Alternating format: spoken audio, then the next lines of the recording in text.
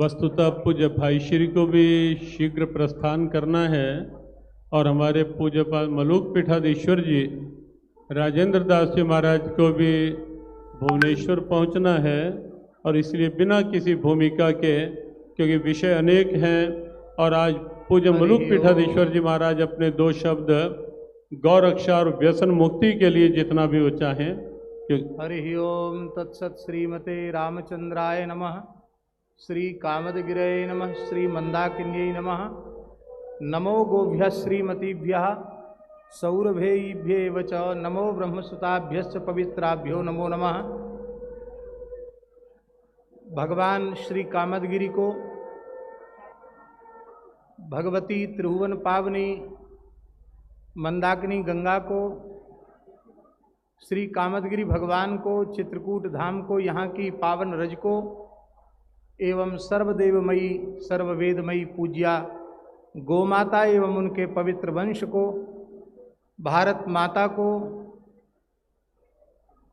प्रणाम करते हुए आज के इस दिव्य भव्य पवित्र सम्मान्य मंच पर विराजमान, जिनकी अध्यक्षता में ये पवित्र आयोजन हो रहा है, हिंदू एकता पूज्य जगतगुरु रामानंदाचार्य भगवान के चरणों में साष्टांग प्रणति पुरस्सर श्री शंकराचार्य भगवान, श्री निम्बारकाचार्य भगवान, श्री रामानुजाचार्य भगवान प्रभृति समस्त आचार्य चरणों में हम सादर साष्टांग दंडवत प्रणाम निवेदन करते हैं। सभी पूज्य संतों को सादर दंडवत प्रणाम करते हैं एवं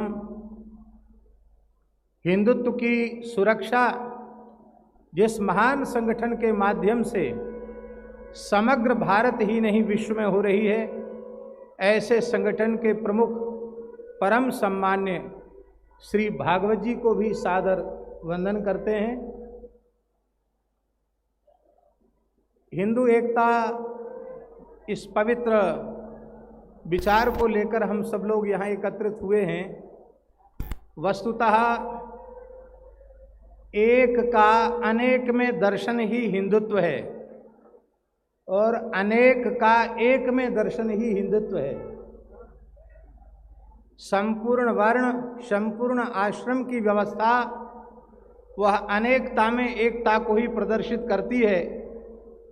इसी चित्रकूट की धरा के महान संत गोस्वामी तुलसीदास जी ने कहा था, जड़ चेतन जग जीव जत सकल राममय जान, बंदऊं तिनके पद कमल सदा जोर जुगपान, सीय राममय सब जग जाने करहु प्रणाम जोर जुगपानी। वस्तुतः एकता में अनेकता और अनेकता में एकता का दर्शन ही हिंदू सनातन वैदिक दर्शन है। संपूर्ण वर्ण आश्रम व्यवस्था से संबंधित इस समग्र हिंदू समाज को यदि एकता के सूत्र में जल्दी से जल्दी संगठित करने का कोई महनीय कार्य हो सकता है तो वेद लक्षणा भारतीय देशी गोमाता के माध्यम से हो सकता है। क्योंकि आज वैश्विक जितनी भी समस्याएं हैं, चाहे पर्यावरण की विकृति हो अथवा खान पान की अशुद्धि हो, ये सब गोवंश के संरक्षण संवर्धन से एवं गो कृषि और गो आधारित चिकित्सा के माध्यम से ही संभव है।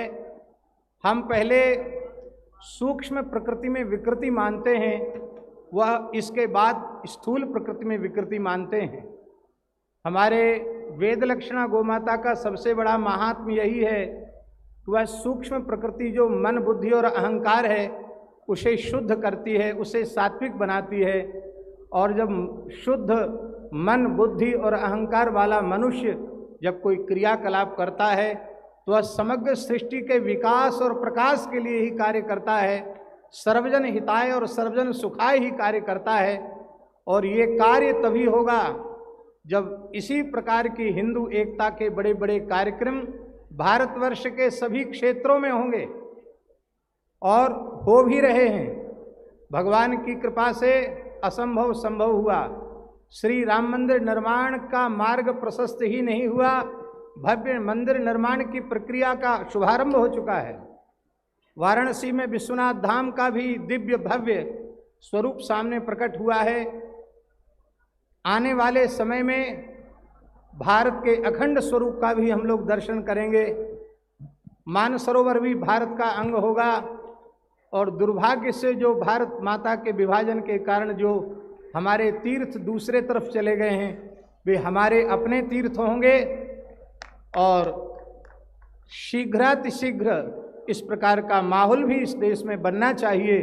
हम पूज्य संतों से आग्रह करते हैं, सरसंघ संचालक जी से भी आग्रह करते हैं कि जब तक भारतवर्ष की पवित्र धरती गोवध के कलंक से मुक्त नहीं है तब तक हमें धैर्य नहीं, तब तक हमें संतोष नहीं और तब तक हमारी कार्यों की परिपूर्णता नहीं।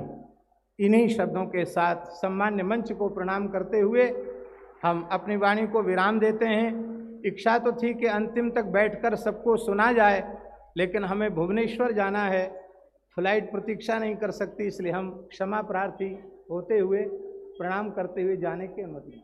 नारायण। इस विराट हिंदू एकता सम्मेलन में जहां मंच पर हमारे राष्ट्र के महान संत ऊर्जा, जिसमें सभी हमारे प्रमुख आचार्यगण, अनेक अखाड़ों के प्रमुख और अनेक वरिष्ठ संत, प्रत्येक विचारधारा के प्रमुख संत यहाँ उपस्थित हैं। वास्तव में ये एकत्व यहाँ मंच पर भी सिद्ध हो रहा है और समक्ष भी जो लाखों लाखों की भीड़ दूर तक बाहर मुख्य सड़क तक दिखाई दे रही है। वास्तव में यह भी हिंदू एकता मंच की दिव्यता को सिद्ध कर ही रही है। हमारे पूज्यपाद जगद्गुरु रामानंदाचार्य धर्म चक्रवर्ती और पद्म विभूषण से सम्मानित जगद्गुरु राम भद्राचार्य, यद्यपि ये सम्मान जो है स्वयं ही सम्मानित होते हैं ऐसे हमारे तपापूत महापुरुषों के साथ जुड़ करके, तो ऐसे पूज्यपाद महाराज श्री का एक संकल्प भीतर का और उसका परिणाम मंच का यह विराट स्वरूप और समक्ष यह विराट स्वरूप पूज्य महाराज श्री ने वस्तुतः 12 बिंदु आज के इस हिंदू एकता सम्मेलन के रूप में निर्धारित किए। कहीं राष्ट्रीय अस्मिता का प्रतीक श्री राम मंदिर, कहीं हिंदुओं के मठ मंदिरों पर शासकीय नियंत्रण के दुष्परिणाम, धर्मांतरण एक अंतर्राष्ट्रीय षड्यंत्र, जनसंख्या नियंत्रण कानून की आवश्यकता, राष्ट्रवाद एवं समान नागरिक आचार संहिता, लव जिहाद और युवा पीढ़ी का भटकाव एवं समाधान, भारतीय दर्शन आधारित शिक्षा की आवश्यकता, व्यसन मुक्ति और गौरक्षा, सामाजिक समरसता, परिवार प्रबोधन और मातृशक्ति वंदन और प्रचार के विभिन्न माध्यमों द्वारा हिंदू धर्म की अवहेलना एवं दुष्प्रचार और पर्यावरण एवं नदी संरक्षण। ये वास्तव में ऐसे विषय हैं जहाँ कहीं ना कहीं विकृतियाँ दिखाई दे रही हैं, विसंगतियाँ यद्यपि थी नहीं है नहीं, कहीं ना कहीं किन्हीं कारण, राजनीतिक कारण कहें, तथाकथित धर्मनिरपेक्षता, कई विसंगतियाँ आई, उनका समाधान है ये हिंदू विराट एकता सम्मेलन। और उसमें जिस ढंग से